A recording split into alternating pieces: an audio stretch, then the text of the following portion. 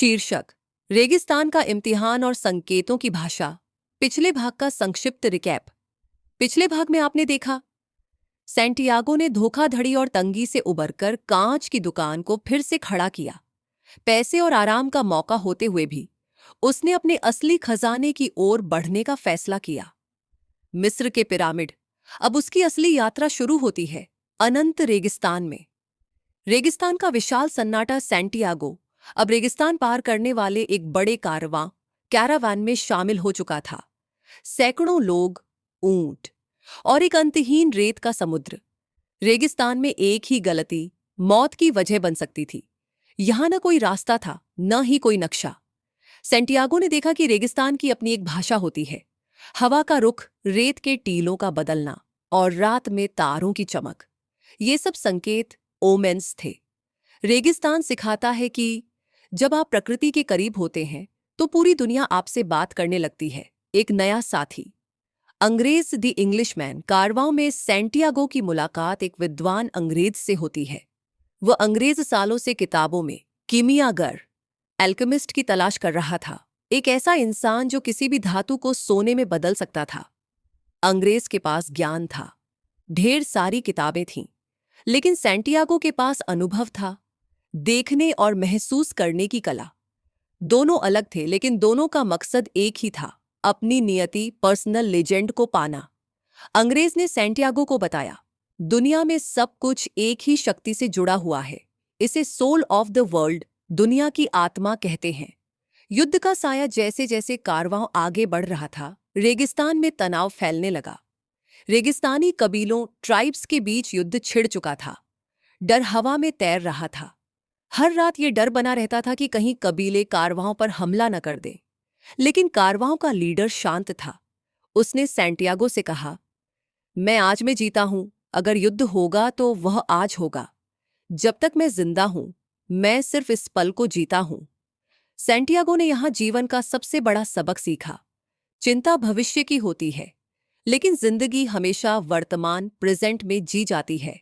अल फयूम का नखलिस्तान, ओएसिस। हफ्तों के कठिन सफर और डर के बाद कारवां आखिरकार अल फयूम नामक नखलिस्तान पहुंचता है। हजारों खजूर के पेड़, ठंडे पानी के सोते और राहत की सांस। नखलिस्तान युद्ध से सुरक्षित एक निष्पक्ष क्षेत्र, न्यूट्रल जोन था। सैंटियागो को लगा कि उसकी थकावट खत्म हो गई है, लेकिन उसे नहीं पता था कि इस नखलिस्तान में उसकी जिंदगी हमेशा हमेशा के लिए बदलने वाली थी। इस भाग की सीख, वर्तमान में जीना सीखें। कल की चिंता में आज के सुख और सीख को न खोएं। किताबी ज्ञान ही सब कुछ नहीं। किताबें पढ़ना जरूरी है, लेकिन असली ज्ञान अनुभव और अवलोकन से मिलता है। संकेतों को पहचानें। दुनिया आपको लगातार रास्ते दिखाती है, बस अपनी आंखें और दिल खुले रखें। शीर्षक प्यार, रेगिस्तान का तूफान और कीमियागर से मुलाकात। पिछले भाग का संक्षिप्त रिकैप। पिछले भाग में आपने देखा सैंटियागो रेगिस्तान के कठिन कारवां में शामिल हुआ और उसने वर्तमान में जीने का सबक सीखा। हफ्तों की थका देने वाली यात्रा के बाद कारवां अल फ्यूम के नखलिस्तान, ओएसिस पहुंचा और अब यहां उसकी जिंदगी एक नया मोड़ लेने वाली है। नखलिस्तान का कुआं और पहला प्यार। नखलिस्तान पहुंचकर सैंटियागो हर दिन पानी के कुएं पर जाता था। एक दिन वहां उसकी नजर एक लड़की पर पड़ती है। काली आंखें, चेहरे पर एक अजीब सा ठहराव। उसका नाम था फातिमा। जैसे ही सैंटियागो ने उसे देखा, उसे लगा जैसे पूरी दुनिया की भाषा थम गई हो। उसे समझ आया कि प्यार को समझने के लिए किसी भाषा या शब्दों की जरूरत नहीं होती। ये दुनिया की आत्मा, सोल ऑफ द वर्ल्ड का वो हिस्सा है जिसे सिर्फ दिल से महसूस किया जाता है। सैंटियागो को फातिमा से प्यार हो जाता है। उसे लगता है कि उसका खजाना कोई पिरामिड नहीं, बल्कि फातिमा ही है। वो यहीं रुकना चाहता है, लेकिन फातिमा उससे कहती है, मैं रेगिस्तान की स्त्री हूं। मैं अपने पुरुष के सपनों का इंतजार कर सकती हूं। अगर तुम्हारा प्यार सच्चा है तो तुम अपने खजाने को ढूंढकर मेरे पास जरूर वापस लौटोगे। रेगिस्तान का संकेत और चेतावनी। एक शाम जब सैंटियागो अकेले रेगिस्तान को देख रहा था, उसने आसमान में दो बाज फाल्कन्स को आपस में लड़ते देखा। अचानक उसके मन में एक दृश्य कौन था। सशस्त्र योद्धा नखलिस्तान पर हमला करने वाले हैं। याद रहे, नखलिस्तान एक सुरक्षित जगह थी जहां हथियार चलाना मना था। सैंटियागो बिना डरे नखलिस्तान के कबीले के सरदारों, ट्राइबल चीफ्टेंस के पास जाता है और उन्हें चेतावनी देता है। सरदार उसकी बात मान तो लेते हैं, लेकिन एक शर्त रखते हैं। अगर कल सुबह हमला हुआ तो तुम्हें हर दुश्मन के बदले सोना मिलेगा, लेकिन अगर तुम्हारी भविष्यवाणी झूठी निकली तो तुम्हें मौत की सजा दी जाएगी। सैंटियागो की पूरी रात खौफ और प्रार्थना में बीतती है। रहस्यमयी किमियागर दी अल्केमिस्ट। अगली सुबह, जैसा कि सैंटियागो ने देखा था, 500 घुड़सवारों ने नखलिस्तान पर हमला कर दिया, लेकिन कबीले के लोग पहले से तैयार थे। हमला नाकाम कर दिया गया। सैंटियागो ने नखलिस्तान को बचा लिया था।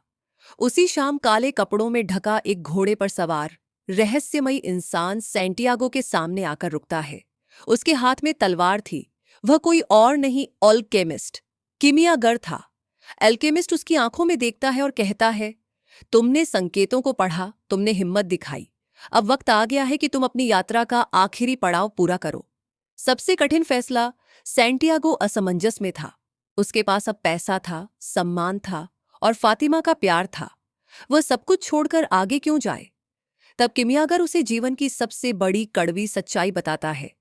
अगर तुम यहीं रुक गए तो पहला साल तुम बहुत खुश रहोगे, दूसरे साल तुम्हें अपना सपना याद आएगा, तीसरे साल तुम्हें लगेगा कि तुमने गलती की, और चौथे साल तक तुम अपने ही सपनों को कोसने लगोगे और वो संकेत गायब हो जाएंगे।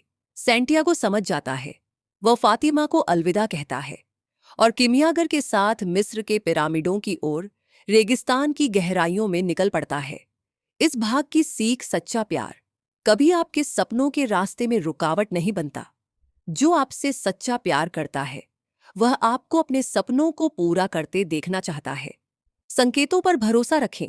आपका अंतर्ज्ञान, इंट्यूशन, अक्सर उन खतरों और मौकों को देख लेता है जो नग्न आंखों से नहीं दिखते। आराम का दायरा, कंफर्ट जोन, आपको खोखला कर सकता है। अस्थायी सफलता पर रुक जाना अक्सर आपके बड़े लक्ष्य को मार देता है। शीर्षक, दिल की आवाज, आखिरी परीक्षा और असली खजाना। पिछले भाग का संक्षिप्त रिकैप। पिछले भाग में आपने देखा, सैंटियागो ने अल्फियुम को हमले से बचाया, फातिमा से सच्चा प्यार मिला और आखिरकार उसकी मुलाकात रहस्यमयी किमियागर एल्केमिस्ट से हुई। अब सैंटियागो अपने सफर के सबसे खतरनाक और अंतिम पड़ाव पर है, पिरामिड्स की ओर। दिल की भाषा और डर का सामना। किमियागर और सैंटियागो रेगिस्तान की गहराइयों में आगे बढ़ रहे थे। सफर के दौरान किमियागर ने सैंटियागो से कहा, अपने दिल की सुनना सीखो। तुम्हारा दिल दुनिया की आत्मा, सोल ऑफ द वर्ल्ड से जुड़ा है। ये तुम्हें कभी धोखा नहीं देगा। सैंटियागो ने पूछा, लेकिन मेरा दिल अक्सर डरता है, उसे असफलता का डर सताता है। तब किमियागर ने उसे जिंदगी का एक महान मंत्र दिया। दुख सहने के डर से भी ज्यादा खतरनाक दुख सहने का डर ही होता है। कोई भी दिल तब तक दुखी नहीं होता जब तक वह अपने सपनों का पीछा कर रहा होता है। हवा बनने की परीक्षा सफर अभी चल ही रहा था कि एक विरोधी कबीले के लड़ाकों ने उन्हें बंदी बना लिया। उन्हें लगा कि ये दोनों जासूस हैं। मौत सामने खड़ी थी। तब किमियागर ने कबीले के सरदार से एक हैरान करने वाला दावा किया, ये लड़का इतना शक्तिशाली है कि ये खुद को रेगिस्तानी हवा, विंड में बदल सकता है। इसे 3 दिन का समय दो। अगर सैंटियागो 3 दिन में हवा नहीं बन पाया तो दोनों का सिर कलम कर दिया जाएगा। सैंटियागो घबरा गया। वो कोई जादूगर नहीं था। तीसरे दिन सैंटियागो एक चट्टान पर बैठा। उसने रेगिस्तान से बात की, हवा से बात की, सूरज से बात की और अंत में उस सुप्रीम शक्ति से प्रार्थना की जिसने ब्रह्मांड को बनाया है। वह समझ गया कि वो खुद, हवा, सूरज और भगवान सब एक ही हैं। अचानक रेगिस्तान में एक भयानक बवंडर उठ खड़े हुआ। इतनी तेज हवा चली कि कबीले के लोग डर गए और जब धूल छंटी दी, सैंटियागो चट्टान की दूसरी तरफ खड़ा था। कबीले के सरदार ने हैरान होकर दोनों को इज्जत के साथ आजाद कर दिया। पिरामिड का दृश्य। किमियागर ने सैंटियागो को एक मठ, मोनेस्टेरी तक पहुंचाया और वहां सोने को 3 हिस्सों में बांटा। उसने सैंटियागो को अलविदा कहते हुए कहा, अब आगे का रास्ता तुम्हें अकेले तय करना है। पिरामिड बस कुछ ही दूरी पर है। सैंटियागो अकेला आगे बढ़ा और फिर वो पल आया जिसका उसने सालों से इंतजार किया था। चांदनी रात में उसके सामने विशाल भव्य मिस्र के पिरामिड्स ऑफ इजिप्ट खड़े थे। सैंटियागो घुटनों के बल बैठ गया। उसकी आंखों में आंसू थे। जहां उसकी आंख का आंसू गिरा, वहां उसने देखा कि एक बीटल, गैंग्रेन कीड़ा, रेंग रहा था, जो कि मिस्र में ईश्वर का संकेत माना जाता था। सैंटियागो ने तुरंत उस जगह को खोदना शुरू कर दिया। आखिरी झटका और असली सच्चाई, वह पूरी रात गड्ढा खोदता रहा, लेकिन उसे कोई खजाना नहीं मिला। तभी वहां कुछ शरणार्थी / डाकू आ पहुंचे। उन्होंने सैंटियागो को पीट पीट कर अधमरा कर दिया और उसके बचे कुचे पैसे छीन लिए। डाकुओं का सरदार हंसते हुए बोला, तुम इतने मूर्ख हो, यहां गड्ढा खोद रहे हो? सालों पहले मुझे भी एक सपना आया था कि स्पेन के एक पुराने स्पेनिश चर्च में, जहां चरवाहे सोए रहते हैं और एक अंजीर सिकामोर का पेड़ उगा है, वहां एक खजाना गढ़ा है। लेकिन मैं तुम्हारी तरह बेवकूफ नहीं जो एक सपने के पीछे यहां तक भाग आता। डाकू उसे मरा हुआ समझकर छोड़कर चले गए, लेकिन सैंटियागो के चेहरे पर एक गहरी मुस्कान आ गई। डाकू जिस चर्च और पेड़ की बात कर रहा था, ये वही जगह थी जहां सैंटियागो अपनी भेड़ों के साथ सोया करता था। खजाने का रहस्य, दो रिवेलेशन। सैंटियागो समझ गया, खजाना वहीं था जहां से उसने अपना सफर शुरू किया था। लेकिन उस खजाने तक पहुंचने के लिए उसे पूरे रेगिस्तान को पार करना पड़ा, धोखा खाना पड़ा, प्यार पाना पड़ा और अपने दिल की भाषा सीखनी पड़ी। अगर वे घर से कभी नहीं निकलता तो वो कभी जान ही नहीं पाता कि असली खजाना क्या है। वो वापस स्पेन के उस पुराने चर्च में जाता है, पेड़ के नीचे खुदाई करता है और वहां उसे सोने के सिक्कों और रत्नों से भरा एक संदूक मिलता है। हवा में एक हल्की सी खुशबू तैरती है, फातिमा की खुशबू। सैंटियागो मुस्कुराकर आसमान की ओर देखता है और कहता है, मैं आ रहा हूं फातिमा। इस पूरी कहानी की सबसे बड़ी सीख, कंक्लूजन, खजाना रास्ते में मिलने वाले अनुभवों में है। असली लक्ष्य सिर्फ मंजिल पाना नहीं, बल्कि उस सफर में एक बेहतर इंसान बनना है। सब कुछ एक ही जगह से शुरू होता है। कभी कभी हम जिस खुशी को पूरी दुनिया में ढूंढते हैं, वह हमारे अपनों के बीच और हमारे अंदर ही छिपी होती है। जब आप दिल से कुछ चाहते हैं, तो पूरी कायनात, यूनिवर्स, उसे आपसे मिलाने की साजिश में लग जाती है।